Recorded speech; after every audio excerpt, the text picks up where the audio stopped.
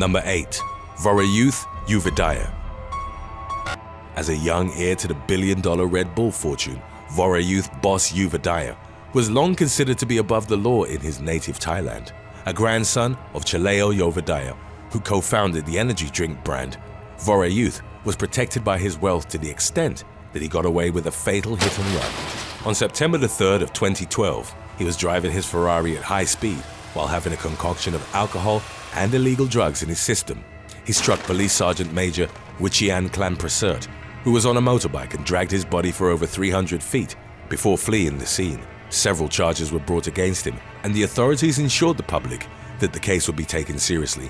However, Vora Youth failed to appear in court for 8 consecutive times, as his lawyers had repeatedly postponed summons. He then fled to Singapore, where he abandoned his private jet. As of late July 2020, all charges against the young heir were dropped on the instructions of the Thai Attorney General, without any elaboration or explanation. Number 7. Ethan Couch.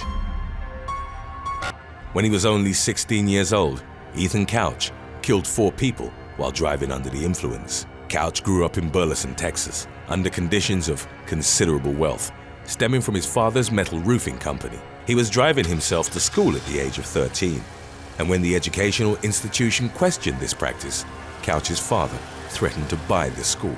On the evening of June the 15th of 2013, Couch was captured by Walmart security cameras as he stole 2 cases of beer. He drove away with 7 passengers in his father's Ford F-350 pickup truck. Couch was going 70 miles per hour on a rural road where the limit was 40 miles per hour.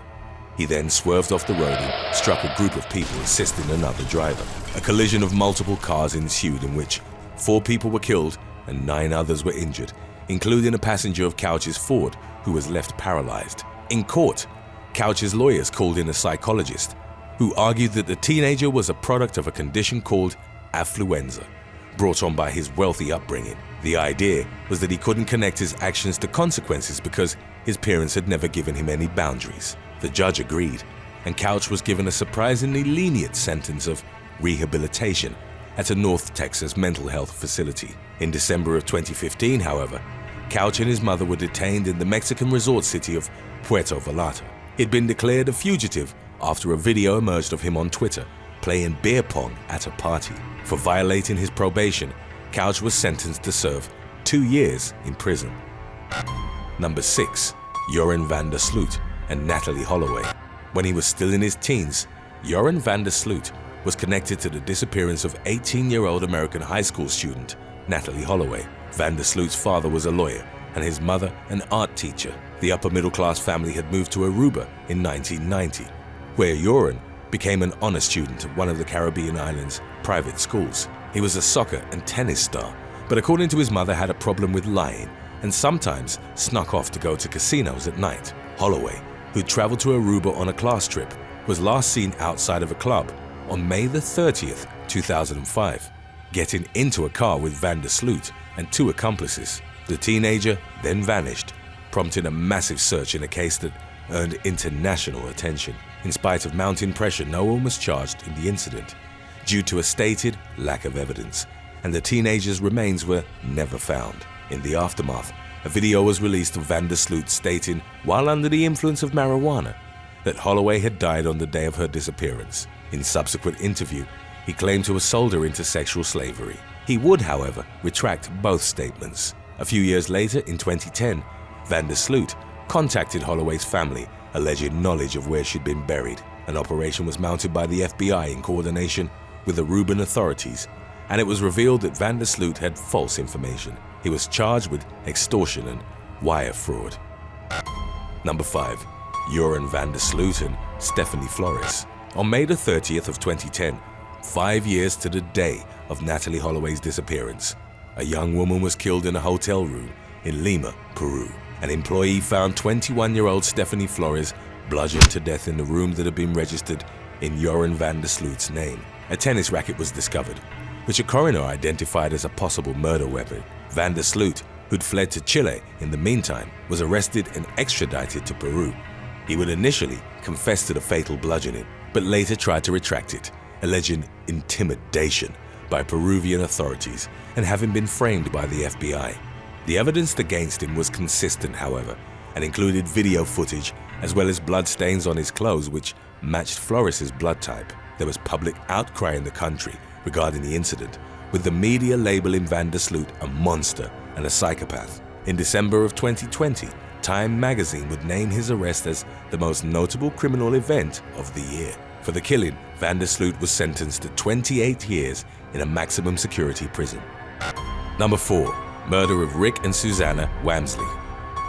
On December the 11th of 2003, upper-class Texas couple Rick and Susanna Wamsley were found shot and stabbed to death in their Mansfield home.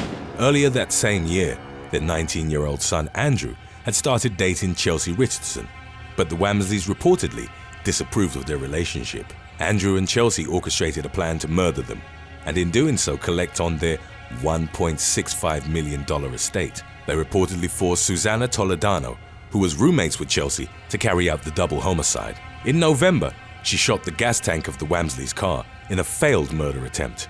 The following month, however, Susanna carried out the killings. The conspirators had also planned to kill Andrew's sister, Sarah, but she wasn't home at the time. Susanna would end up testifying against the other two in order to avoid the death penalty and will be eligible for parole in 2034.